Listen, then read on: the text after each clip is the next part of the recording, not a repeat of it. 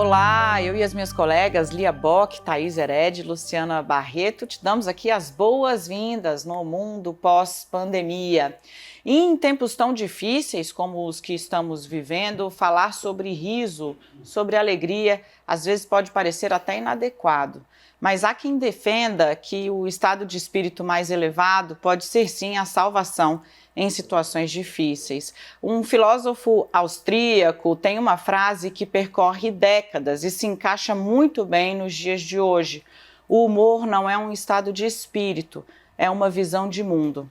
O nosso entrevistado tem muito conhecimento a respeito disso. É um gênio na arte de provocar reflexões por meio da crítica inteligente, regada com humor. É um prazer enorme receber aqui hoje no Mundo Pós-Pandemia Hélio de la Penha. Muitíssimo obrigada pela presença. Melhor ainda que você está aqui. Sempre que o convidado vem aqui, né, meninas, a gente fica mais emocionada. Saudades de ver gente de fora, né, minha filha? Primeira vez que eu saio do Rio de Janeiro. É? E que tal a experiência de fazer a viagem? Ah, muito ruim.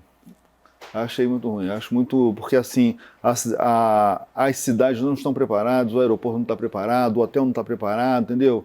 Então você vive numa precariedade completa, sabe? A aeromoça anunciando o respeito ao distanciamento social e você sentar do lado de uma pessoa, aí você chega no hotel, o hotel não tem serviço de quarto porque não tem funcionário, entendeu? É uma coisa cheia, eu estou me sentindo acampado em São Paulo. Deixa eu aproveitar que você já traz esse relato super honesto. A situação agora é de rir para não chorar, ficando no clichê mesmo? Olha, essa questão do humor aí que você levantou, eu fico lembrando o seguinte, quando o Cacete Planeta estava no ar, era muito comum a gente encontrar pessoas agradecendo que o nosso programa era um alívio para a situação que ele estava passando, ou que a família estava passando, que tinha alguém hospitalizado e que naquela hora era um bálsamo para ele, entendeu? Então, eu acho que o humor tem esse lado assim, o humor cura de certa forma, sabe? Porque você conversa, você alivia, você muda o assunto, você aborda até o assunto de uma maneira mais leve, entendeu? Então, eu acho importante, eu acho saudável. E como tem sido o seu isolamento, hein, Hélio? O que você tem produzido durante o isolamento, durante a pandemia? Basicamente, eu me tornei um liver. Liver é maravilhoso.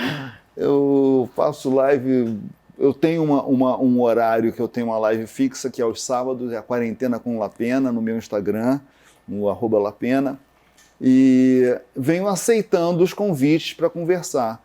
Eu tenho achado isso muito legal. Eu acho que assim, se eu pensar bem, coisas que positivas disso, assim, primeiro, conversa-se muito, né? E antigamente as redes sociais não tinham tinha até a ferramenta, mas ninguém usava para conversa, né? E ninguém parava para ouvir uma conversa de outro, né? Então, esse distanciamento físico, de alguma maneira, ele aproximou pessoas, você começa que você tem um contato com a intimidade da pessoa, você está dentro da casa da figura, né?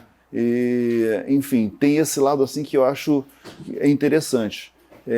Acho até que algumas coisas dessas devem continuar, eu acho que vai ter uma certa conquista disso, a não ser que as pessoas cansem também de tanto blá blá blá, uma vez que hoje você não tem outra alternativa de lazer a não ser o lazer virtual, né? Seja televisão, seja a internet, ou um livro, que seja assim, né? Hélio, esse momento da pandemia, do isolamento, mexeu muito com a produção do entretenimento, né? Deu uma simplificada, uma enxugada. E tem mostrado que dá para sair coisas muito legais disso, principalmente no humor. A gente tem visto aí o Marcelo Adnet, o Porta dos Fundos, se reinventando, fazendo coisas que estão ocupando esse espaço de uma forma bacana. Você acha que essa simplificação, esse enxugamento, ele veio para ficar também? Que ele é uma coisa que talvez vai ser incorporada no entretenimento de humor? Isso é engraçado que eu estava fazendo a entrevista com o Adnet, e essa até era uma das perguntas que eu tinha para ele. A Lia colou o seu bloquinho. Deu oportunidade. Mas assim, eu acho que essa simplificação, eu acho que ela pode ser incorporada, deve ser incorporada, entende? Eu acho que em vários aspectos, até no mundo corporativo, que você tinha, o sujeito tinha uma reunião de 40 minutos, pegava um avião, vinha para São Paulo, tinha reunião, restaurante, hotel, ou seja, você tinha um dia inteiro para uma reunião de 40 minutos, né? Você tinha por 15 horas, às vezes, para uma reunião de 40 minutos. Então, acho que essa simplificação vai acontecer. E no caso do humor, você vai descobrindo formas até de gravar, né? Forma de você editar e que deixa a coisa mais leve. E o que acontece é o seguinte, você vem aproximando a produção profissional da produção amadora, né? Você tinha os mundos completamente diferentes. Uma produção da Globo era uma coisa, não sei como é que ela vai voltar, eu acho que assim, talvez seja o lugar onde você mais possa perceber se realmente essa cultura foi incorporada, porque eu falava assim, você para gravar uma selfie na rua, você levava 3 caminhões de equipamento, entendeu? Então você vai vendo que, até como os equipamentos portáteis, eles estão tendo mais qualidade, você vai prescindindo dessa parafernália toda que te cerca. Então eu acho que é possível sim, até porque isso viabiliza você chamar gente nova, gente que vai trabalhar sozinha, enfim, e gente que vai incorporar aquela coisa que o Whindersson Nunes trouxe, as pessoas se espantaram. O Whindersson Nunes era um cara no interior do Piauí, nem em Teresina ele estava, e fez um sucesso tremendo com um programa que se passava no quarto dele, com a parede descascada, ele sem camisa, enfim. Esse tipo de coisa era completamente diferente de um programa da Globo, sabe? Até o programa Cacete Planeta, que envolvia uma massa enorme, cenografia, iluminação, enfim, produção de arte, uma coisa gigantesca. E você, eu acho que é um formato que era interessante, porque você tem uma série de recursos e o telespectador também ele está vendo um grande espetáculo, né? Mas também você tem um minimalista. O que aconteceu no palco primeiro, acho que agora vai acontecer no mundo digital, no mundo audiovisual, né? No palco você tinha os shows, eram mega shows. O Caceta, quando começou, a gente vende jornal e tal, jornal, revista e tal. Mas quando a gente foi para o palco, a gente, como tinha a ideia sempre de fazer uma paródia do que a gente estava fazendo, ia fazer uma revista, fazer uma paródia de uma revista, de forma que as pessoas não entendiam, pô, mas isso é verdade, não é? O jornal O Planeta Diário, ele foi para as bancas sem muito anúncio, então as pessoas ficavam confusas, mas espera, Papa bota ovo na missa do galo, mas espera aí, mas isso aconteceu? Entende? Porque estava misturado com os outros jornais. E a gente foi fazer show, e o Caceta Popular, Planeta Diário, se juntaram originalmente para fazer show. A gente era uma banda de música de humor. E a gente era uma banda enorme, nós já éramos 7 componentes. E nós tínhamos um baterista, tinha um guitarrista, tinha um saxofone, tinha teclado. Então eram 11 pessoas no palco, entendeu? E a gente começou no Jazz Mania, que era um palco mínimo, mais ou menos o tamanho do que a gente tem aqui, com 11 pessoas, era uma coisa enorme. Por quê? Porque a gente fazia a paródia dos mega shows. E a garotada que começa hoje, ela é uma figura e um microfone, é o stand-up, né? Então, quer dizer, você vai buscando, no início você estranha aquilo, depois você vai descobrindo as características e as qualidades daquele formato. Hélio, a máscara virou o novo objeto, né, desse mundo pandemia. Outro dia eu achei interessante, meu filho mais velho falou, mãe, sabe que eu tenho assistido coisas na TV, ou no YouTube, ou no Netflix e tal, e me aflige ver cenas das pessoas sem máscara.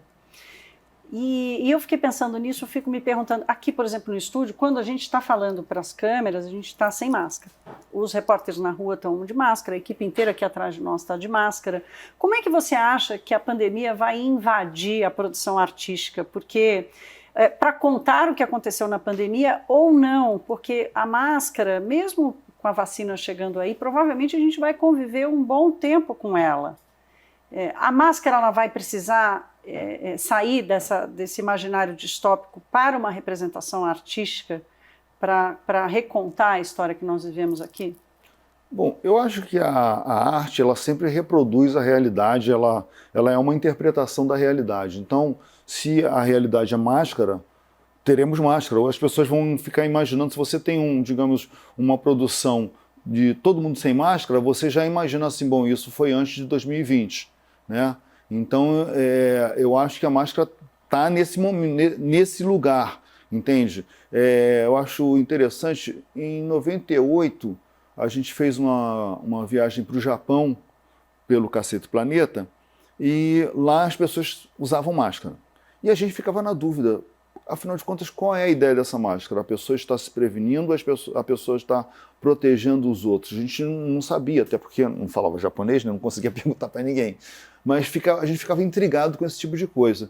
Eu acho que a gente vai acabar incorporando a máscara, eu espero que passe isso, né? Até engraçado, coisa que eu queria falar sobre o programa pós-pandemia, e que o Emicida estava falando assim, a gente está vivendo uma coisa perigosa porque a gente já está lidando com a pandemia como se fosse no passado, e ela está totalmente presente, está morrendo muita gente, mas enfim, eu acho que a gente vai trazer algumas coisas que a gente veio aprendendo aqui. Uma delas, assim, vamos dizer, você está gripado, você vai botar uma máscara, entendeu? Para não espirrar nos outros, não pelo coronavírus, mas pelo vírus, pela gripe, de uma maneira geral, né? Eu acho isso uma coisa interessante. Pô, a gente aprendeu a lavar as mãos. Aprendi a lavar as mãos com 60 anos. Não sabia, entendeu? Embora estou com saudade do tempo que eu só passava uma aguinha e secava na calça, entendeu? Eu acho que algumas coisas vão ser incorporadas, entende? Agora, a gente está querendo também conseguir passar dessa fase e relaxar um pouco. Deixa eu pegar esse ponto que você trouxe agora sobre a fala do Emicida, né? É uma coisa que me aflige e eu queria pegar um pouco sua percepção. O Rio de Janeiro foi um dos pioneiros, digamos assim, até porque tem muito grupo de mídia lá, né? Então, o que acontece no Rio ressoa para o país inteiro, mas a exibir aquelas cenas das aglomerações, das pessoas no meio da rua, no dia da reabertura dos restaurantes tendo que fechar a porta porque as pessoas não queriam respeitar as regras, o fato de que o país se acostumou com mais de 100 mil mortos, morrendo uma média de 1.000 pessoas por dia, a achar que dá para retomar tudo numa tranquilidade, numa boa. Como é que você está observando esse cenário lá no Rio de Janeiro? E aí pergunto, qual é o papel da arte, do artista, no meio disso tudo? Eu acho que o Rio de Janeiro ele reverbera muito o que acontece no Brasil. E por mais que o papel econômico do Rio de Janeiro tenha caído, isso já vem há muito tempo acontecendo, né? Mas assim, o Rio de Janeiro ainda é um cartão postal, ela é a cidade mais conhecida fora do Brasil, então, quer dizer, tudo as pessoas olham para o Rio de Janeiro. Mas se você lembrar, Florianópolis reabriu shoppings com banda de música. E hoje Santa Catarina ainda está num grupo, voltou, né, a ser um grupo de alto índice de infectados. Sim. Né? E então o Rio de Janeiro também tem umas coisas assim que eu acho meio falso, porque assim, o Leblon, o bairro onde eu moro, ele se tornou o grande vilão do Brasil. Enquanto que na Baixada Fluminense estava havendo aglomeração, em Bangu estava havendo aglomeração, sabe? Madureira, todo lugar assim. E chamava muita atenção a aglomeração na Zona Sul, até porque supostamente são pessoas informadas, são pessoas esclarecidas e que deveriam ter um outro tipo de postura, né?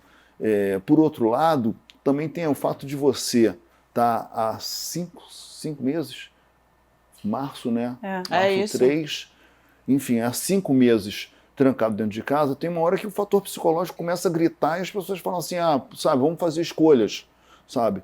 Eu prefiro correr o risco de ficar doente do que ficar aqui preso dentro de casa. Nem todo mundo tem uma situação confortável dentro de casa, nem todo mundo tem uma situação confortável afetivamente dentro de casa. Tem casais que se odeiam, estão ali, entendeu? Tem pessoas que estavam para se separar e voltaram para ficar. Teve casais que estavam separados e, para manter o contato com o filho, se juntaram. Então tem situações ali que são insustentáveis, né? Então a gente está experimentando tudo. Então, uma novidade tremenda. A gente não sabe exatamente como se comportar e, às vezes, você pensa racionalmente uma determinada coisa, mas chega uma hora você... dane-se, vamos lá. Né? Tem uma coisa meio assim. Eu tenho tentado respeitar ao máximo isso. A gente, em casa, a gente mantém o isolamento, mas aquela coisa assim, algumas medidas já foram relaxadas, algumas delas a gente aproveita, outras a gente não sente vontade, não tem a menor vontade no momento de ir para um restaurante, juntar com os amigos, para tomar um chopinho na esquina, sabe? Não tem esse espírito. Prefiro que, se for possível, juntar poucos numa casa, entendeu? Acho que não só porque é mais seguro, como também eu acho que é muito exemplar, né? Uma figura pública, estar num barzinho tomando um chopp, sabe, dá uma impressão de uma alienação do que está acontecendo. Isso não é muito a minha. Hélio, você falou aí do fator psicológico e citou inclusive o Emicida em relação a tratar a pandemia como se ela já tivesse acabado, e realmente a gente inclusive está num programa Mundo Pós-Pandemia, projetando já para esse futuro. E aí eu te pergunto do conteúdo das suas lives, de que você está tratando nesse momento, então? Esse tema pandemia, ele vem, e essa projeção para um futuro próximo, melhor, eu já estou projetando aqui que vai ser melhor, também está vindo? No início, o que eu conversava com os artistas, eu tenho buscado fazer lives, não pensando, por fulano de tal dá muitos views, fulano de tal é famoso e tal. Eu tentei buscar as pessoas mais próximas, meus amigos, entendeu? Para a gente conversar com mais intimidade. E nessa conversa, inicialmente, a gente conversava muito sobre a estranheza dessa situação, aquela coisa, você chega no supermercado e o que você tira primeiro? Você tira a máscara, lava a mão, sei o que, sabe? Antigamente, no início, você tirava toda a roupa, aí depois você começa a ver que não precisa disso tudo, aí toda hora passando álcool gel, aí você, de repente, descobre que você tem que estar atento a estar com as mãos limpas quando for levar ao rosto, enfim, você vai entendendo também a situação e aquilo, você incorpora os novos hábitos, aquilo deixa de ser um assunto. E o assunto passa a ser a vida da pessoa, a carreira da pessoa, e menos, o que você está fazendo? Você está cozinhando? Como é que você fez aí? É você quem varre a casa? Sabe? Esse tipo de coisa assim, eu acho que ele fez parte do início da coisa. E eu acho que assim, que no caso do entretenimento, esse momento, ele é muito curioso, né? Ele é muito diferente. Então, eu acho que vai ser retratado quando falarmos de pandemia. Provavelmente não vamos estar falando desse momento que nós estamos aqui em plena pandemia. Vamos falar daquele momento que a gente evitava contato, não sei o quê, sabe? Eu tenho curiosidade de saber, assim, o brasileiro que é tão afetivo, que se abraça e tudo, né? E beija, dá 2 beijinhos no Rio, e no Sul dá 3 beijinhos, entendeu? Como é que vai acontecer? Será que a gente vai voltar? Eu acho Daniela não vai beijar e abraçar tão cedo, a gente já entrega ela aqui. A Thaís Heredia, ela sempre faz esse bullying comigo para um bastidor, né? Para cumprimentar. Eu sou fã, adoro o trabalho do Hélio há muito tempo. Tenho memórias muito tenras assistindo o Cacete Planeta em casa. Então, assim, legal. É um programa que... E fiquei, assim, absolutamente chateada, porque eu dei olá de 2 metros de distância e falei, olha isso, infelizmente... Eu tenho particularmente me preocupa, inclusive, quando eu vou me sentir à vontade para voltar a dar um abraço. Assim, eu não encosto e não gosto de ser encostada mais hoje em dia. Sim. Eu acho que o que pode acontecer, a depuração desses hábitos, eu acho que vai acontecer o seguinte: você também vai passar a dar 2 beijinhos em quem você tem intimidade. Porque chegou um momento que você encontrar a pessoa na rua, a pessoa já vem de dar 2 beijinhos, se você não dá, você é um mal educado, entendeu? E os 2 beijinhos representavam uma intimidade. E dali a pouco começou a representar uma falsa intimidade, entendeu? Eu acho que se não tivesse a pandemia, estaríamos aqui todos nessa mesma situação. Eu acho que quando passar isso, vamos ter esses casos. Você conhece a pessoa, você realmente é íntimo, você vai demonstrar isso de uma forma. Você não conhece tanto a pessoa, você vai ser um pouco mais formal, entendeu? Eu acho que é isso que vai acontecer. Tem um lado ruim de você hoje não poder dar 2 beijinhos nem nas pessoas com quem você é íntimo, né? Mas tem um lado também de você colocar as coisas num lugar mais adequado, de você falar assim, pô, eu tenho intimidade com você, eu não tenho intimidade com você, me desculpe, entendeu? Mas nessa toada, carnaval de rua vai demorar uns 5 anos para engatar naquela magia novamente. Mas eu acho que aí o carnaval, o cara quer demonstrar intimidade mesmo quando não tem, né? Pois é. E a verdade é que vocês, mulheres, colocaram também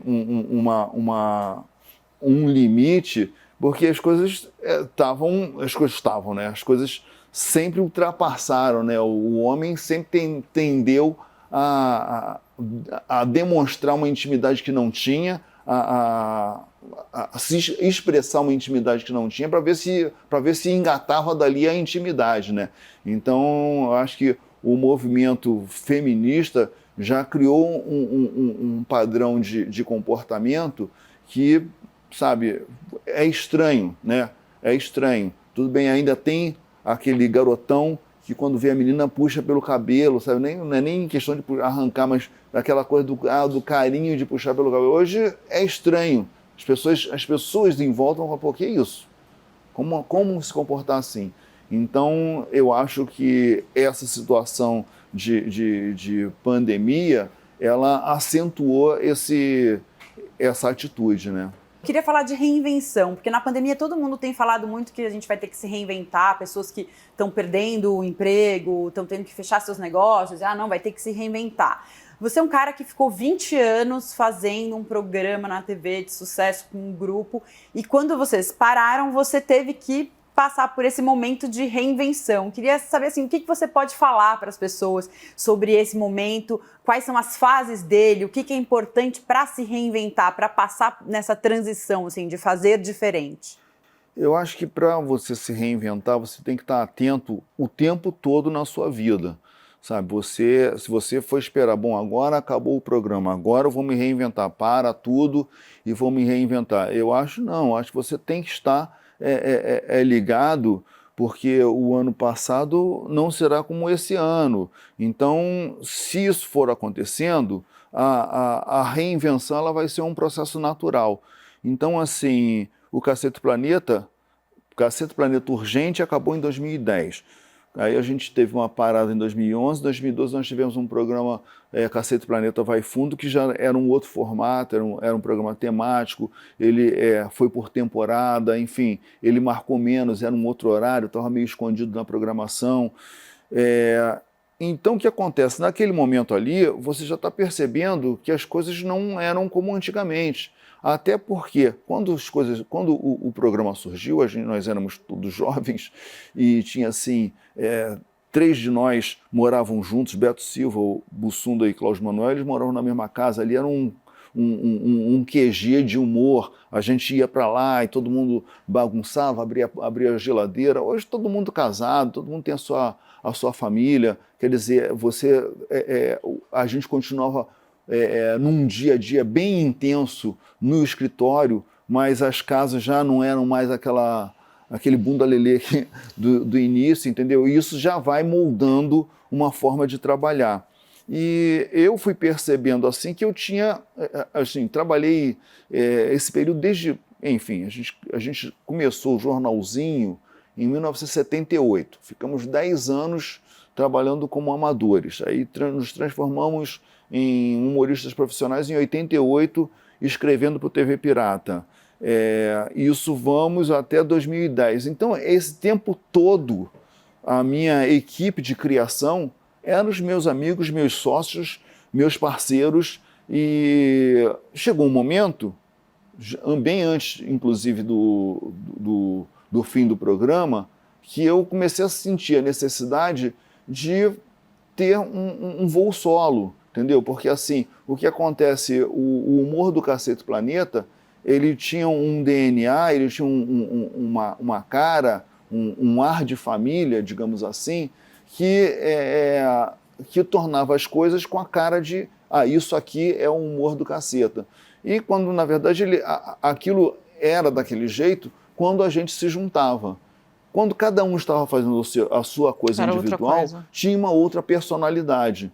Então, eu comecei a ter interesse em investigar qual era essa personalidade minha, o que eu gostaria de fazer longe do grupo, com quem eu gostaria de me juntar fora daquele grupo, que tipo de coisas que eu gostaria de fazer, enfim, até por estar numa situação mais socialmente e financeiramente mais confortável, o que eu queria fazer e para onde eu ia, entendeu?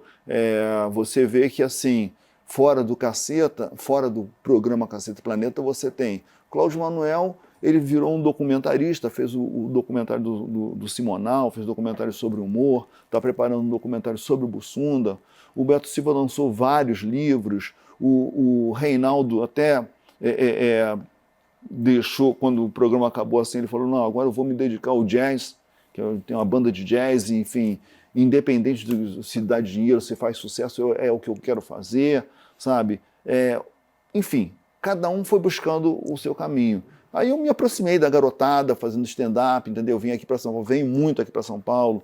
Aí tem o grupo do Coisa de Preto, que são os humoristas pretos com quem eu tenho uma intimidade hoje, mas assim que eu cheguei, eles gostaram de eu ter me aproximado, mas eu estava aprendendo com eles estavam tendo uma visibilidade por minha causa, e eu estava querendo entender como é que é essa coisa estar à vontade no palco com um microfone só, sabe?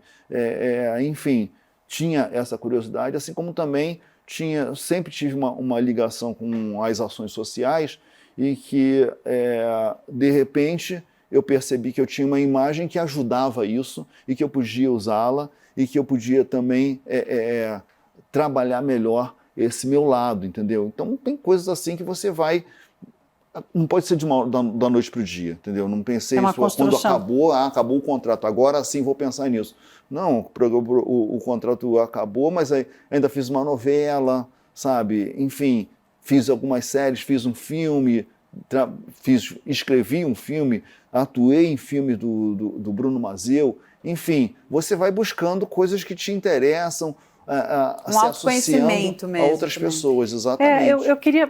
Se tem uma coisa que a pandemia provocou, foi a ruptura, né? E essa reinvenção, ela está sendo, para muitas profissões, forçada. Na área do entretenimento, então, em que cinemas, teatros, eventos, shows, todos foram cancelados, como é que você enxerga essa transição? Quer dizer, a ruptura, ela é mais exigente, ela é mais demandante, sofrida, consequentemente. Eu estou vendo que as pessoas não sabem exatamente para onde ir, né? Aí você começa a ensaiar caminhos. Um dos caminhos o show. Como é que vai fazer show? Porque a matemática fica complicada. Você já tinha uma dificuldade de bancar a estrutura com uma casa cheia. Aí você tem que ter uma casa mais vazia. Porém, a casa mais vazia implica num ingresso mais caro. Se você já não estava enchendo uma casa, quando o ingresso era barato, com o ingresso mais caro, algumas pessoas, alguns artistas vão ter dificuldade de trazer o seu público. Artistas que têm um público popular, um público com menos poder aquisitivo, como é que vai fazer? Se você tem um público, você se dirige a um público com mais grana, você aumenta o ingresso, né? Entendeu? O que está fazendo é o que eu ouço falar que está acontecendo nos Estados Unidos, que tem clube de jazz que aumentou o preço, diminuiu o número de pessoas, o Nova York é um ponto turístico, então a coisa... Quem pode paga e sustenta. Exatamente, e você exclui as pessoas que não podem, como aconteceu com o futebol. O futebol era um entretenimento popular ao vivo, se tornou um entretenimento popular só na televisão, se tornou um entretenimento de elite ao vivo, né? E hoje em dia já tem esse movimento que até o audiovisual, a transmissão do futebol, ela é paga, enfim, você vai afastando as pessoas vão ficando distantes daquilo. Como é que vai ser esse caminho? Não sei bem como é que vai acontecer a coisa do show. Fico pensando assim, pô, imagina o Rock in Rio em distanciamento social. Qual é a área que vai ocupar essa plateia, né? Entendeu? Vem 100 mil até São pessoas, Paulo, né? entendeu? Essa questão acho confusa. Por outro lado, assim, alguns artistas, eles estão vendo outros caminhos, que assim, você produzir em estúdio, numa situação controlada, e você atender o seu público dessa forma, pode se tornar a alternativa, né? Então, eu acho que ainda estamos vendo para onde ir, como resolver. Aí Então falam você assim, vê isso um processo temporário até ter uma vacina e ali na frente você espera que tudo volte como era antes ou tem uma mudança permanente? eu não sei se vai voltar ao que era antes, exatamente como era antes, entendeu? Porque, por exemplo, alguns restaurantes tendem a ficar mais confortáveis, né? Esses barzinhos que estão tudo muito entulhado, acho que tende a fazer, as pessoas falam, pô, não, peraí, até que tá legal. Menos mesa, não sei o quê, mais espaço, entendeu? Por outro lado, assim, carnaval, sabe? Um mega show. Como é que é isso? Como é que isso vai acontecer, entendeu? Vai ter uma vacinação na porta de um evento tipo Rock in Rio, como eu estava falando, sabe? Não sabemos, né? E hoje em dia, até essa coisa da produção do humor, do esquete à distância, essa distância ela já se torna um formato e já se torna o assunto, né? Eu participei de uma Insta-série produzida pelo Rodrigo Pita, chamada Alta Sociedade Baixa, em que os atores estavam cada um na sua casa e um diretor, ele de longe, ele ia te orientando e você olha para cá e na verdade você está falando com uma pessoa que está numa outra casa e dando a impressão de que ela está aqui do seu lado e tal. Então eu fiquei muito impressionado quando eu vi. Eu participei no último episódio da primeira temporada, mas eu ficava impressionado como dirigir o olhar, dirigir a figura, sabe? Entendeu? Você estando em ambientes tão diferentes para dar a impressão de que você estava numa situação.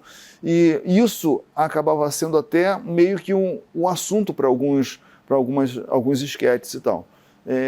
Isso sim, sendo incorporado, você vai lidar também, né? Você facilita, você pode ter uma participação de gente do exterior numa situação assim, entendeu? Então, você tem alguns ganhos, mas você tem muitas perdas, porque, por exemplo, reunião de criação. Sim, você pode fazer uma reunião de criação virtual, mas é bem diferente do que uma reunião presencial, né? Inicialmente não, até agora, eu vou fazer um aniversário, não, vamos fazer um Zoom, né? Um aniversário, um Zoom. No início era uma alegria, agora todo mundo já sabe, pô, que saco, né? Pelo amor de Deus. Porque assim, você fica, ainda mais quando junta muita gente. Junta muita gente, pessoas de vários lugares, aí você fica ouvindo aquela pessoa que você nunca viu, entendeu? Fica todo mundo calado ouvindo uma pessoa. Qual é a festa que é assim? Todo mundo parado ouvindo uma pessoa, entendeu? Não existe essa festa. Eu estava uma vez numa festa assim, o cara, numa certa hora lá, uma pessoa que eu não conhecia falou, agora eu vou ler uma poesia de Cecília Meirelles. Eu falei, meu Deus. Com todo Nada respeito a Cecília Meirelles. Né? Mas imagina você com a caipirinha na mão ouvindo uma poesia de Cecília Meirelles. Não dá. Entendeu? Então, certas coisas você vai ter que aprender como fazer, como se reinventar. Eu não realmente acho que vou ficar te devendo essa resposta. Não, respondeu muito. Eu quero ouvir a Lu Barretos, eu queria fazer 2 comentários. Sim, mesmo, por favor. Em cima do que o Hélio falou. Primeiro, sobre o jogo de futebol.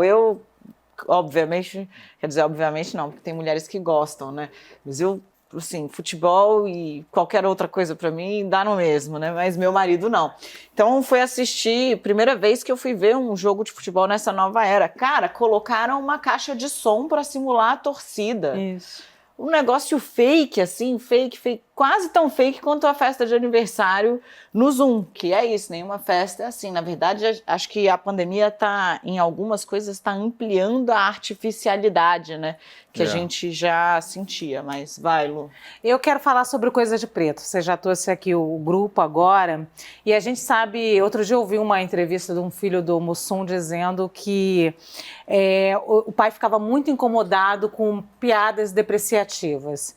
E aí a gente sabe que esse tempo de oprimir o oprimido já ficou para trás no humor, né? A gente agora trabalha com humor de uma forma bem diferente. E aí o Coisa de Preto tem uma coisa de rir de si mesmo também.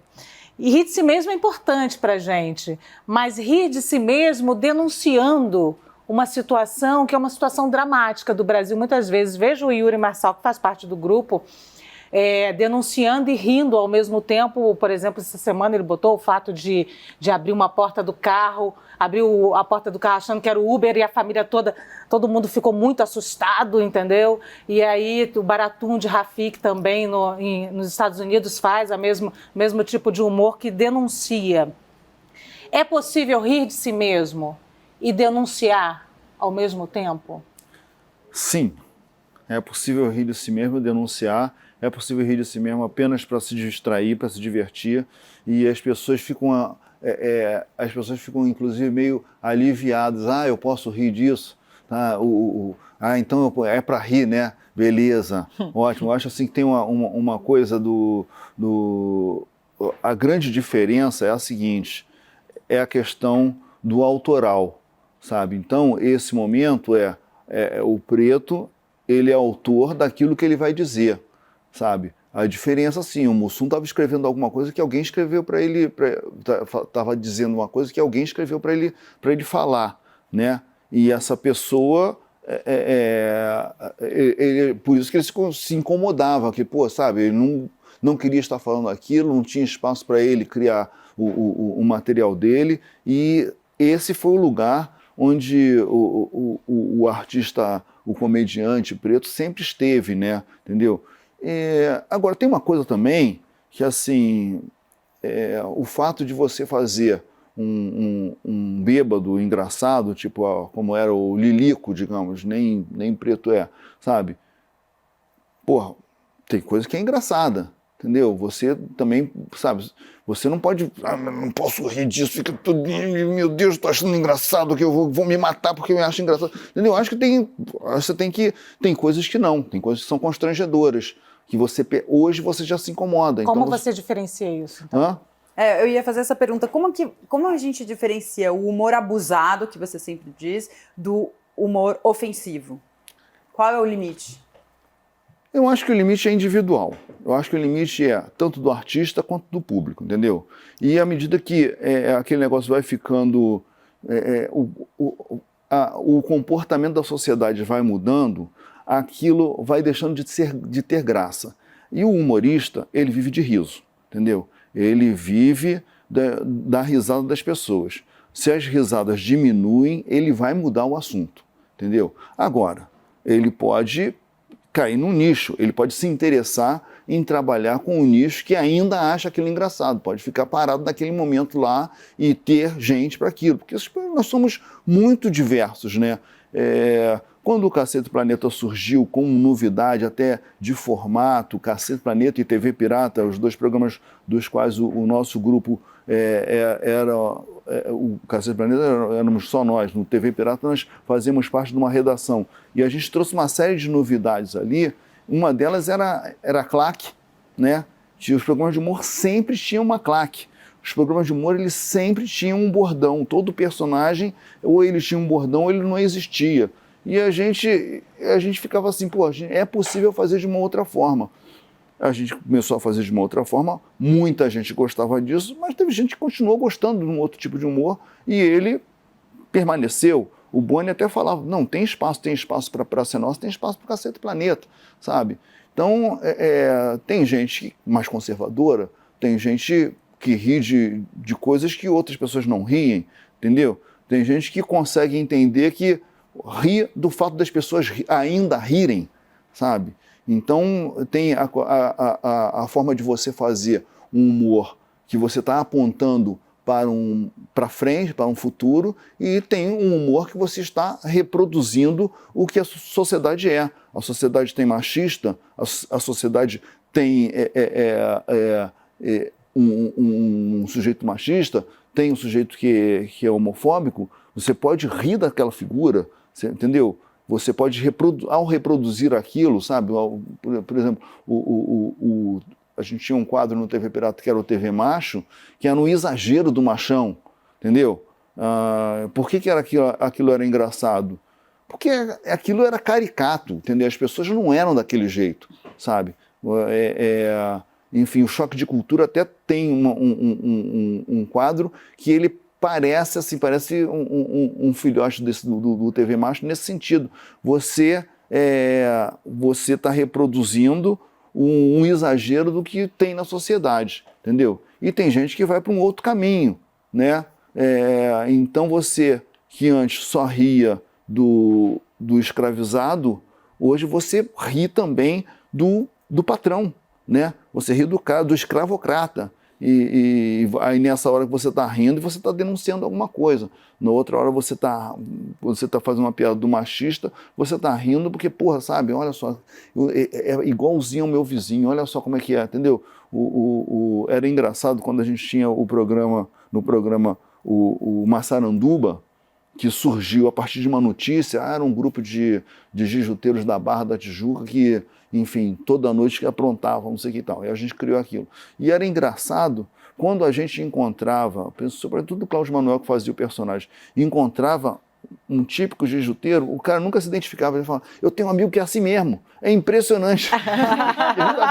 Não, estou falando de você, sabia? Ele em casa não tem. Entendeu?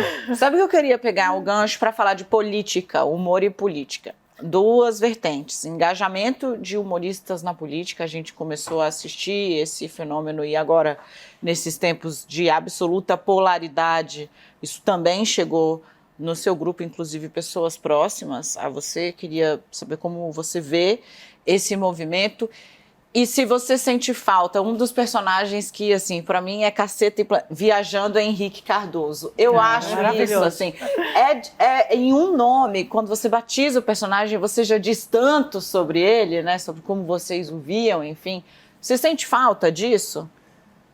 Eu sinto falta. O que eu sinto falta é o seguinte, você fazia piada sobre o Fernando Henrique Cardoso, por exemplo, e as pessoas não estavam preocupadas em ler, porra, será que esse cara ele é a favor do Fernando Henrique? Uhum. Será que esse cara é a favor do Lula? As pessoas estavam rindo da situação ridícula, entendeu? E da interpretação de que, pô, um presidente que viaja o tempo todo, não sei o que e tal, entendeu? Hoje em dia tem uma coisa que existe uma necessidade de dar uma carimbada na pessoa. O fulano fez uma piada zoando o Lula. Esse cara é de direita. O cara fez uma piada zoando o Bolsonaro. Esse cara é de esquerda. Entendeu? E mais, se você atira num lado e atira no outro, você vira o isentão, que é a figura mais abominada do planeta. Hoje em dia é o cara, sabe? Quando, na verdade, antigamente, essa era a figura equilibrada, a pessoa que consegue ver. Porque, assim, o que está acontecendo é que você faz parte de uma torcida organizada e aquele seu ídolo, ele é absolutamente perfeito. Intocável. Ele não tem defeitos, entendeu? Então, o outro lado não pode falar um defeito daquilo, porque não, fulano, esse cara não tem defeitos. Então, o humorista está perdendo um pouco o espaço de ficar apontando que o rei está nu, seja para lá ou para cá, entendeu? As pessoas ficam querendo descobrir em quem você votou, sabe? A partir de um determinado quadro que você fez. Hoje em dia, até as pessoas que você segue no Instagram ou no Twitter, as pessoas vêm cobrar de você, mas você está seguindo o Bolsonaro, então você é Bolsonaro. Eu falo, não, bicho, eu quero ver o que as pessoas estão falando por aí, entendeu? Como é que eu vou fazer piada sem saber o que está acontecendo, entendeu? Mas aí as pessoas querem carimbar, querem rotular você, entendeu? Então, isso é um problema. E o que está acontecendo, assim, é que, então, por outro lado, o artista nichado, ele está crescendo muito mais, entendeu? Então, se você é um cara, que você é de esquerda, e você só faz piadas zoando a direita, não sei o que e tal, o público se identifica com aquilo, seu número de likes cresce, o número de seguidores cresce e tal. Se você bate lá, bate cá, o cara, porra, não sei se eu vou seguir, não sei se esse cara concorda comigo, entendeu? Então tem uma necessidade da pessoa, a princípio, concordar, para aí sim você sentir a vontade de rir dele. Isso eu acho um problema, entendeu? Ideologia invadindo o humor, é isso? Eu acho assim, talvez seja, eu não gosto da palavra ideologia, porque já vem toda Já vem uma cheia carga. Conceito em volta dela. entendeu? Mas sim. o que eu acho é assim, eu acho que o que eu vejo é você acaba crescendo, não, então eu vou aqui, eu que sou preto, vou falar só sobre preto, de repente os pretos vão gostar da minha piada, entendeu? E aí você também vai se limitando, você não pode fazer, entendeu? Você não pode dar uma zoada na figura que você admira, por que não? Entendeu? Sabe, eu cansei de fazer piada do Pelé, e Pelé é meu ídolo, sabe? Eu acho que não tem essa, sabe? A gente falava lá do Viajando Henrique Cardoso, e tinha gente lá que votou no Fernando Henrique, entendeu? E fazia piada. É óbvio, é que a gente chegou num e... tempo em que aparentemente é isso. Eu acho que você definiu muito bem. As pessoas se tornaram fadas perfeitas, sensatas, que nunca erraram, para usar um termo de internet, né? Exatamente. Aqui, deixa eu contar um episódio desse Viajando Fernando Henrique Cardoso. Vocês imitavam o embaixador Sérgio Amaral, que era o porta-voz. Sérgio E Funeral. eu trabalhava no Palácio do Planalto, eu era repórter e eu era produtora no Palácio do Planalto. E um dia, então, chamaram a gente, olha, o embaixador vai descer e tal, que vai ter um anúncio. Ele estava demorando, eu falei, eu vou imitar o embaixador, então. Aí fui para o púlpito e fiquei fazendo como vocês, no último episódio. E aí, quando eu olho, tá todos os jornalistas com o olho arregalado desse tamanho, tá o embaixador na porta, fazendo assim para mim. Aí eu falei, embaixador, desculpa. Ele, não, eu vi esse episódio, eu adorei. Eu lembrei disso agora. E era muito engraçado. E daí ele mesmo tirou sarro dele mesmo. Foi super engraçado, porque aquele dia eu achei que eu fosse voltar para casa sem emprego. Porque imagina eu no púlpito do embaixador, dentro do Palácio do Planalto, imitando... Thaís Hered em seus dias o de rir de si mesmo, entendeu?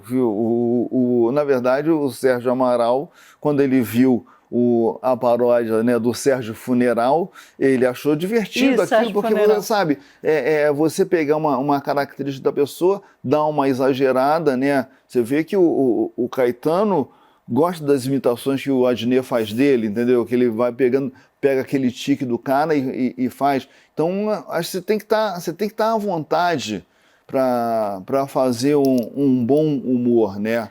Depois de você explicar seu nome, eu queria que você falasse sobre essa onda antirracista que a gente acompanhou nos últimos tempos, em que brancos no Brasil e no mundo se engajaram nessa onda antirracista. Parece que algo se abriu, né? Os olhos se abriram para um problema que é um problema que a gente vem acompanhando no Brasil nos últimos séculos.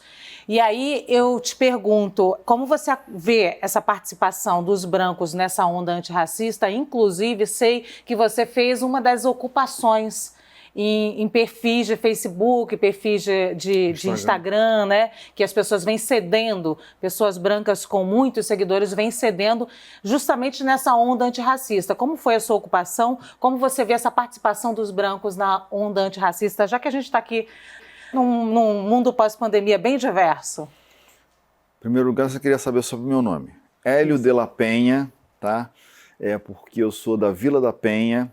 Agora, por que escreve com pena assim daquele jeito?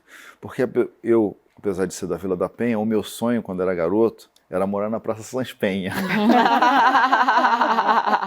Que é bem diferente para quem não conhece o Rio de Janeiro, né? A Praça Sans Penha fica na Tijuca e a Tijuca era considerada a zona sul da zona norte, né? Então eu era garoto, tava louco para mudar da Vila da Penha e morar lá. Eu passava assim no ginásio, todo domingo abria os classificados do Globo para mostrar para o meu pai um apartamento na Praça Sans Penha, Rua General Roca, naquela região ali. E, pô, graças a Deus ele não seguiu a minha ideia, continuou morando numa casa bem confortável e a família continua tendo essa casa até hoje. Foi essa a razão. Em relação à questão desse movimento antirracista, acho extremamente positivo, pertinente e oportuno, né? A gente aproveitou uma onda a partir daquele revoltante assassinato do George Floyd, que a cena em si já era uma coisa dá um nunca consegui orgulho, assistir porque aquilo. Pelo amor de Deus, né? O sujeito ainda, eu acho que o fato do guarda estar com as mãos no bolso já era um requinte de crueldade, né? E aí depois ainda você vem saber que finalmente que aquilo era um procedimento padrão, né? Um procedimento padrão que foi abolido. Você fala, então quer dizer, então realmente o cara estava fazendo uma atitude by the book ali, botando o joelho no pescoço do George Floyd. Depois veio ainda um guardinha na Baixada, se não me engano, imitar o George Floyd botando sua bota no pescoço de uma Era uma mulher, estava saindo vítima, de um enfim, que era uma mercado. dona de um bar lá, enfim, uma situação que isso criou uma onda mundial, né? Eu acho que reverberou muito a partir dos Estados Unidos, porque os Estados Unidos tiveram consequência em mobilizações populares, né? Então você teve surgiu os direitos civis a partir de uma grande mobilização, a partir de uma grande briga e tudo mais. Então, quer dizer, eles conseguem perceber que aquilo pode ter uma consequência. Aqui, muitas vezes, você sai com cartaz, não sei o quê, queremos justiça, e dali a pouco a notícia desaparece e vai embora. Então, eu acho que foi muito importante, é muito importante, e acho que o racismo não vai acabar se ele ficar sendo uma pauta apenas dos pretos, até porque nunca nenhuma coisa foi assim. Você tem que, de alguma maneira, sensibilizar o poder para conseguir ir minando aquele problema, né? Outro dia eu fiquei surpreso quando eu vi assim que no Brasil, primeiro você teve um partido feminino e depois você teve as mulheres tendo direito ao voto. Então, quer dizer, quem concedeu o direito ao voto da mulher? Foi uma pressão das mulheres, mas quem podia votar eram os homens. Então, as mulheres, a pressão dela teve que sensibilizar os homens. Então, assim, é fundamental, é muito importante isso. E o que acontece com o racismo é porque ser racista é uma coisa abominável e se torna uma ofensa tremenda que você se incomoda de perceber traços racistas em você. Quando, na verdade, você fala assim, existe o racismo estrutural, mas todo mundo é uma exceção. No Brasil é aquele lugar que você existe o racismo, mas não existe racista, né? Você perceber um traço racista em você, mas eu não sou racista de forma alguma, não sei o que e tal. Quando, na verdade, se você tem uma sociedade que tem esse comportamento racista, até mesmo um negro tem essa coisa. Outro dia, um amigo meu estava lembrando algo que eu apaguei da memória, que quando, enfim, eu venho da Vila da Penha, comecei a frequentar a Zona Sul, amigos do Caceta e tudo mais, enfim, até brinco que no meu show falo que eu sou uma espécie de Mowgli, o menino preto, aquele pretinho que viveu no mundo dos brancos e tal, meio perdido e tal, enfim, é um processo que eu chamo de um processo de infiltração, você vai chegando ali naquela coisa. E aí, um amigo meu estava lembrando que na casa de um deles tinha uma empregada que era preta e que, como eu comecei a frequentar lá, eu talvez tenha sido o primeiro preto a frequentar aquela casa, a empregada foi na mãe desse meu amigo e falou assim, pô, olha só, não é esse o combinado, eu estou aqui para servir vocês. Ela não queria servir um outro preto, entendeu? Se eu chegasse lá para ser o bombeiro, o encanador, estava tudo certo, entendeu? Agora, eu chegar no status do filho da patroa, aquilo não estava condizente com ela. Eu, na verdade, ele falou isso para mim, ele falou, lembra, não sei o que e tal. Eu nem lembrava, porque assim, eu não sei se eu sabia, não sei se isso foi contado para mim, ou se eu apaguei para não processo sofrer de alienação em relação ao racismo. Aquela situação. Então, quer dizer, é um racismo praticado por uma pessoa preta, entendeu?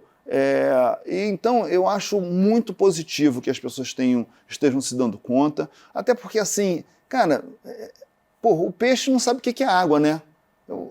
Ele vive num ambiente de água, você pergunta para ele, mas o que é água? Eu falo, sei lá. Então, assim, os brancos nunca falaram sobre raça antes de haver os pretos escravizados, que aí o preto, ele não era uma pessoa, ele era uma mercadoria, entendeu? Aí você tem a abolição dos escravos, os pretos são libertados, mas aí o branco vai falar assim, porra, mas peraí, tudo bem, agora você tem a liberdade. Mas daí é você ser igual a mim, aí já é demais, entendeu? Então essa discussão da igualdade e da conquista dos direitos, então, é uma coisa que demorada. Aí você fala da ocupação. Achei esse movimento da ocupação de perfis relevantes muito bacana. Por quê? Porque você dá voz a pessoas com menos visibilidade em lugares, num farol enorme. Tá? Então, no caso ali, o Bruno Galhaço, ele me convidou para fazer a ocupação no perfil dele. No meu caso, eu não sou uma figura desconhecida que precisava de visibilidade, mas eu achei ótima a oportunidade que eu tinha de trazer outros pretos que eu achava relevantes e que as pessoas não conheciam. E aí, com isso, eu trouxe... primeiro eu trouxe a questão da favela através do Celso Ataíde e do René Silva, que já eram as pessoas, eu abri com lives com eles dois, fui colocando outros conteúdos, mas passei o dia inteiro fazendo lives com várias pessoas em várias áreas. Eu falei assim, caraca, então, como eu circulo em muitas áreas, eu falei assim, eu posso trazer gente do esporte. Eu faço natação, eu falei, as pessoas não se dão conta. Por exemplo, o Edivaldo Valério, o baiano, ele é o único preto medalhista olímpico do Brasil. Isso aconteceu quando? Medalhista olímpico de natação no Brasil. Isso aconteceu em 2000. Nós estamos em 2020. 20 anos depois, você continua tendo um único preto com uma medalha de natação no Brasil. Porra, sabe? Alain do Carmo e Ana Marcela Cunha são os dois grandes nadadores de maratona aquática. O Alain do Carmo é o único preto do mundo que teve um título mundial em águas abertas. E ninguém sabe disso, ninguém fica, entendeu? Sabe? Como, de repente me toquei que o Nilo Peçanha foi um presidente preto que nunca ninguém estudou isso. O Machado de Assis veio a se tornar preto bem recentemente, já tinha saído do colégio quando soube que o Machado de Assis era um autor preto, sabe? André Rebouças, a gente veio falar agora recentemente. Então, quer dizer, é fundamental esse tipo de coisa, né? O Zeca Pagodinho, todo mundo conhece, mas e os autores do Zeca Pagodinho, entendeu? O Alamir, sabe? Quem é que sabe? Quem é o cara que escreve as músicas que o Zeca Pagodinho canta? Entendeu? Ele é um grande compositor, inclusive, mas assim, ninguém, sabe? Essas figuras que estavam invisibilizadas e que eu vi uma oportunidade, graças ao espaço que o Bruno Galhaço me ofereceu, eu achei muito bacana de poder trazer essas pessoas. Claro, ele tem lá 18 milhões de seguidores, nem todos os 18 milhões estavam interessados naquela conversa, entendeu? Mas uma fração daquilo já era muito mais do que do que a totalidade do meu perfil. Então, achei muito positivo. Acho que essa conversa tem que crescer, ela tem que se espalhar, tem que se naturalizar, e as pessoas têm que aceitar, assim, sabe, que pela sociedade ser dessa forma, você acaba naturalmente tendo algumas atitudes, sabe? Então, é o preto mais rico que tem preconceito com o preto mais pobre, sabe? é o branco que não percebe que na hora de escolher, ele não entende por que escolhe uma pessoa branca para trabalhar, por que você chama um diretor de fotografia branco, porque você conviveu só com pessoas brancas, então você só conhece pessoas brancas, então é difícil você, inclusive, confiar numa figura que você não conhece. Enfim, um exemplo que eu dou disso eu fiz um filme que está para ser lançado comercialmente, chamado Correndo Atrás, a partir de um livro que eu escrevi chamado Vai na Bola Glanderson. É um filme de humor, não tem nada a ver com ativismo, nem coisa nenhuma, nem tem a ver com violência. É a história de um brasileiro ferrado, desempregado, Paulo Ventania, que resolve ser empresário de jogador de futebol, sai pelo subúrbio, descobre um garoto improvável craque e tenta transformar ele num novo Neymar. Enfim, essa é a história, uma história de brasileiros. Não é uma história sobre a questão do racismo que ele sofria, mas obviamente que a gente podia dar uma pintada nisso. O diretor, Jefferson D., um preto, tá? A produtora era uma mulher do norte, a Clélia Bessa, da Record Produções. O que aconteceu? A gente teve a oportunidade de, tendo um comando preto e com uma mulher e tal, de você chamar gente preta para protagonizar os papéis e não só na frente das câmeras, como atrás das câmeras. Então, o Cristiano Conceição, que é o exemplo que eu sempre dou, do diretor de fotografia do nosso filme, ele foi assistente de fotografia de Cidade de Deus, de Tropa de Elite, tudo mais. Ele, estava há anos como um cara requisitado pelos diretores de fotografia, sem ter a oportunidade de assinar uma fotografia. Isso só foi possível por quê? Porque você tinha um comando preto. Então, quer dizer, é importante que a gente ocupe determinados postos para que você consiga ir transformando a sociedade. Hélio, tem uma coisa que você disse e que eu acho que entra muito nessa questão, quando a gente fala desse espaço, que é o lugar de fala, e você fez um trocadilho e falou lugar de falha. Eu queria que você explicasse o que é lugar de falha e como você vê essa questão do lugar de fala, das pessoas se colocando, quais os limites para quem não é preto se colocar, como você vê isso? Tem um lado que eu acho positivo, tem um lado que eu acho negativo, sabe? E o que eu acho positivo? Eu acho positivo que é o seguinte, a autenticidade. Então, me incomodou bastante a cobertura dos protestos do George Floyd, das emissoras brasileiras, incluindo o CNN, não tem um repórter preto ali no local para relatar a gente o que estava acontecendo. O que acontece? Então ficava uma coisa meio de fora, porque aquela figura que estava ali, ela não sabe o que é ter medo de polícia, entendeu?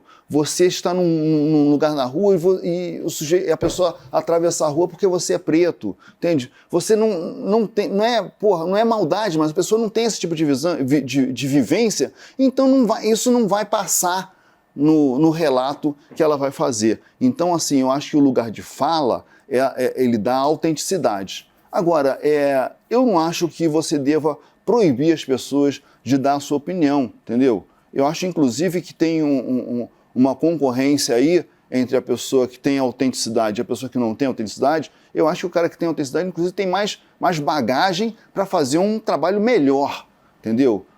Um trabalho mais interessante, mais profundo. Isso é que eu acho interessante. E não é a questão do, sabe, essa coisa, esse caminho do cancelamento, sabe?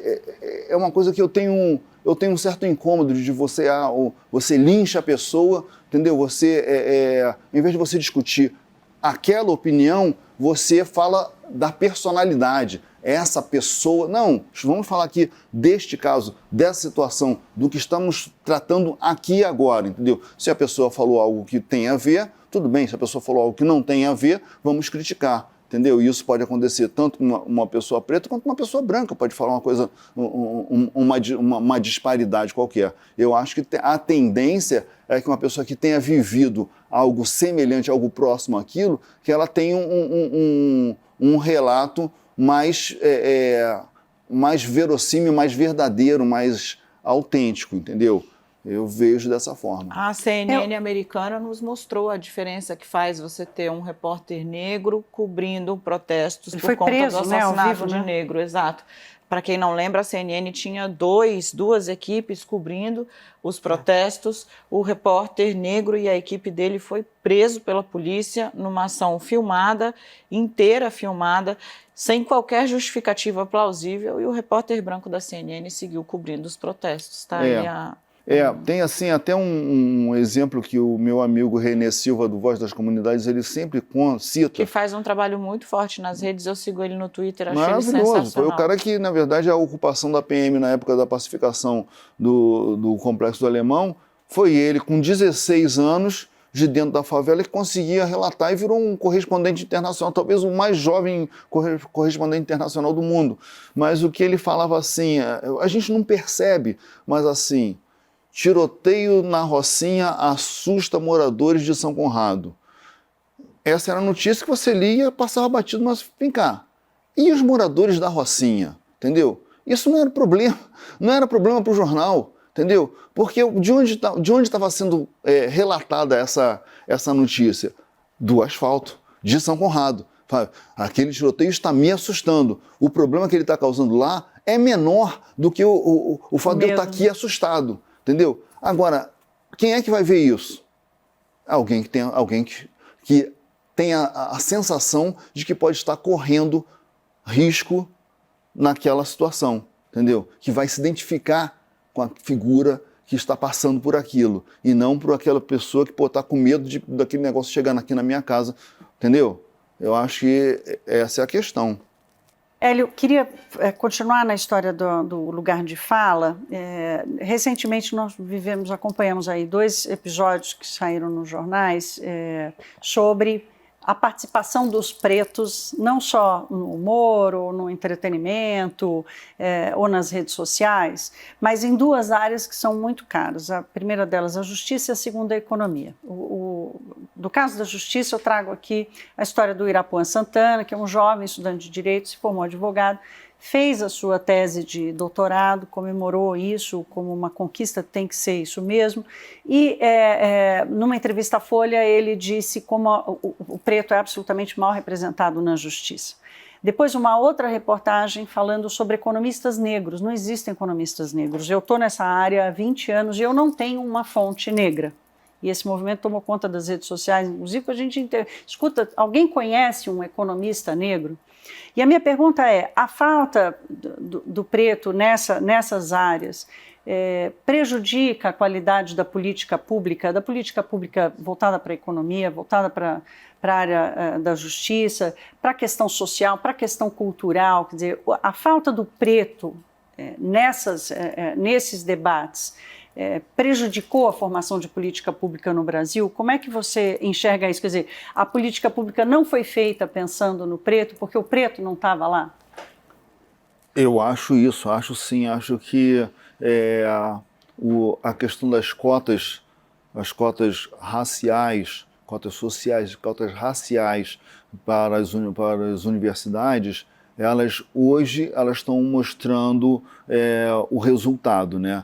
Havia uma mítica de que você ia colocar pessoas despreparadas na universidade e que elas não iam acompanhar, e você está vendo que o desempenho dessas pessoas, até pela necessidade, pela questão da urgência que elas têm, elas sim se empenham e superam as adversidades para se manter, se preservar ali naquele lugar e para se destacar também. Então isso é muito importante. A questão da economia, sabe, o que acontece? Então, você primeiro que você não se sabia direito como a economia estava presente na favela, né? O Celso Ataíde, junto com o Renato Meirelles, tem vários estudos sobre isso, o Instituto Locomotiva e tal, em que eles mostram que a favela, como diz o Celso Ataíde, reproduzindo você, Celso, falando assim, a favela não é carência, a favela é potência. Você tem um mercado consumidor enorme ali. Agora, o que acontece? É um dinheiro que se esvai, porque se o dono da agência de turismo fosse um outro morador, tal, aquele dinheiro passaria para o morador dali, que ia consumir na lojinha ali, o dinheiro ia circular, enfim. Essa que é uma das ideias, né, de você conseguir fomentar uma economia numa região de baixa renda. E esse tipo de visão, ela tem que partir de pessoas que têm aquela vivência, que sentem aquela necessidade, que quer discutir esse tipo de coisa. Agora, quando o economista, para falar de favela, tem que ir na cozinha e perguntar para a empregada dela como é que é a vida, fica complicado. Fica realmente complicado. Eu falo assim, você falou do justiça e economia. No caso da justiça, inclusive, teve recentemente uma live com o Silvio Almeida, que foi muito interessante, que a live era na OAB, e a OAB totalmente favorável às novas políticas, bem aberta e bem democrática e tal. E no final ele falou assim, tá tudo muito bem, mas não tem um preto na diretoria, entendeu? O conselho é todo branco, entendeu? Então, quer dizer, por que não se pratica isso em casa? Sabe? Então, aí a pessoa, e realmente, puxa vida, a gente nem se tocou, pensava que era só para falar para os outros. Não, vamos praticar isso, sabe? Eu queria saber, pergunte a algum amigo seu quem foi que contratou um arquiteto negro, sabe? Será que nunca nenhum arquiteto negro se formou, sabe? Cirurgião plástico. Será que o cirurgião plástico negro, ele não consegue fazer uma cirurgia? Entende? Então, você não... Mas, enfim, como é que isso vai acontecer? Como é que isso vai lidar? Entendeu? Isso vai lidar, pouco a pouco, você ir ocupando espaço, você tendo a presença do negro na elite, né? E essa presença na elite pode sensibilizar essas pessoas a trazerem outros e falar, não, peraí, eu conheço uma figura que tem talento também, que é importante, sabe? Ele pode não ser, num primeiro momento, então quer dizer, você fala assim, não, desde que eu, na verdade, não tenho uma questão racial, é porque eu só contrato pessoas que tiveram uma grande formação, que estudou na PUC, que estudou na Fundação Getúlio Vargas, não sei o quê, enfim, estudou em colégios particulares, aí você vai começando a criar uma situação que ali você só vê branco, entendeu? Quando, na verdade, você tem pessoas que se esforçaram, fizeram um curso noturno e tudo mais, tem capacidade, sim, de superar aquele... Pode ser que o primeiro momento seja mais lento, mais dificultoso e tal, o cara tem que correr mais atrás, mas dali a pouco o cara vai estar ocupando e você vai começar a naturalizar a presença do negro. Imagina assim, se não tivesse Daiane dos Santos, quantas menininhas pretas deixariam de tentar ser ginasta olímpica? Porque você olha lá, bicho, como é que você bailarina se só tem branco lá? Eu falo, não, isso não é pra mim, sabe? Eu vou tentar uma outra coisa aqui, porque lá só tem... Aí a menina vai, quando chega lá, nem sapatilha para negra tem, entendeu? Sabe? Várias situações da sociedade que passam despercebido. Recentemente, o AD Júnior até ele colocou uma reportagem de uns anos atrás, não me lembro se são 10 anos, que ele mostrando o seguinte, volta e meia nós pretos vamos numa torneira automática de banheiro, você fica lá fazendo, botando a mão e a água não desce, você acha que a torneira está com defeito? É porque, na verdade, ela é feita num processo que o reflexo da luz volta para o sensor e baixa e aí a água cai. Bem, como a pele preta absorve, não reflete, você não consegue acender, não consegue abrir a torneira. Por que isso aconteceu? Certamente não tinha um preto na equipe, nem talvez no prédio, para o cara botar a mão e falar, gente, não está funcionando isso aqui não. Então vamos ter que mudar o método, entendeu? Mas assim, não é maldade? É porque os caras estavam pensando, não, vamos fazer uma torneira para os pretos não poderem usar? Não, é porque não estava presente, o cara não estava lá. Entendeu? Então é importante que esteja presente, que esteja próximo, para que as pessoas lidem com as coisas de uma forma diferente.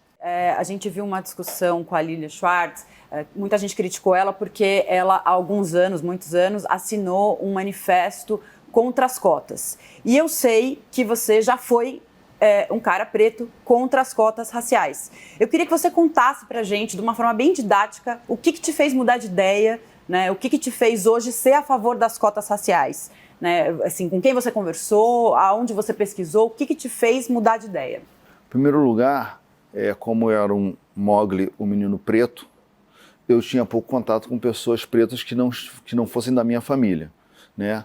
Nessa reinvenção, vou chamar assim, o meu contato com os pretos aumentou muito, e com pessoas bastante esclarecidas, como o Celso Ataíde, AD Júnior, e conversando com essas pessoas, eu comecei a perceber a importância das cotas raciais, porque é assim que acontece. As cotas, quando sociais, elas, de alguma maneira, elas têm um mérito, né? As pessoas com as melhores notas é que elas conseguem a bolsa, né?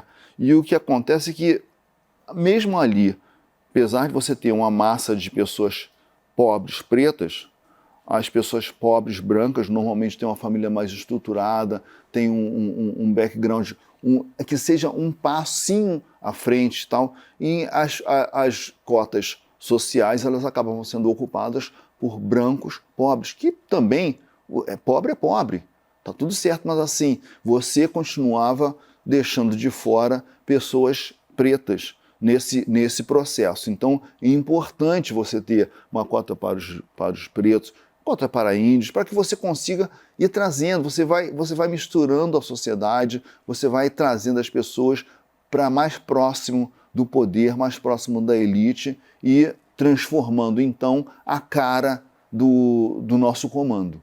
A Chimamanda Ngozi tem um texto muito famoso que é Os Perigos de uma História Única, e ela fala da nossa presença nesse espaço de brancos, que é o que você traz aqui pra gente.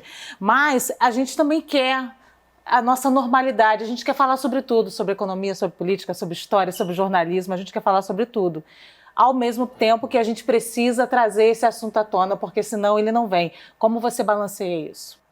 Eu gosto de falar sobre tudo. Por acaso, eu fazia parte de um grupo que era o Caceta, que era um grupo misturado, porque tinha eu, preto, o Cláudio, mestiço, o Bussunda e Beto Silva, judeus. Enfim, você já tinha ali uma mistura grande e que eu não me restringia a falar sobre questões de negro, entendeu? Eu, inclusive, não me restringia ao papel, não, esse cara é negro, então vai ser o Hélio. Não, fiz Malumada, fiz Fábio Assunção, entendeu? Sabe? Fiz até Michael Jackson, que é branco. Então, era uma situação que eu estava numa situação de exceção. Eu era um preto que era autor num programa de grande expressão. Isso é uma coisa muito rara. Então, eu acho importante as pessoas passarem a chamar os pretos para outras pautas, entendeu? Por isso que eu acho perigoso quando você força a barra na questão do lugar de fala, você também pode estar encaixotando o cara naquele assunto só, entendeu? Então, eu não posso falar sobre o bairro da Liberdade, não posso fazer uma matéria no bairro da Liberdade, entendeu? Porque eu não tenho autoridade para isso. Depende do que vai se falar. Você vai falar realmente das famílias que se formaram ali, realmente talvez eu não entenda nada, mas talvez eu tenha, enquanto um consumidor preto que frequenta o bairro da Liberdade, eu talvez tenha algo a dizer, entendeu? Mas isso não é, entendeu? Acho que é isso que você tem que fazer, você tem que dar uma pluralidade.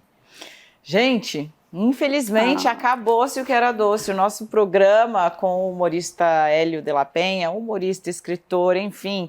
Obrigada, foi um prazer conhecê-lo pessoalmente, ter essa conversa, foi muito gratificante. Foi bom, gostei de estar aqui com vocês. Eu estava com medo de ser uma matéria sobre o mundo pós-pandemia, eu pensei assim, lá vou eu chutar pra caramba. Mas a conversa foi sobre coisas que dizem respeito à minha vivência, à minha experiência. Adorei estar com vocês. As perguntas eram super pertinentes, espero ter satisfeito vocês e vocês, telespectadores. Tenho certeza que sim. Olha só, esse programa com o Hélio de la Penha já está disponível na íntegra no nosso site, cnnbrasil.com.br, também no nosso canal no YouTube. E se você curte podcast, aí nós estamos em todas as plataformas de áudio. Esta é a CNN Inconfundível.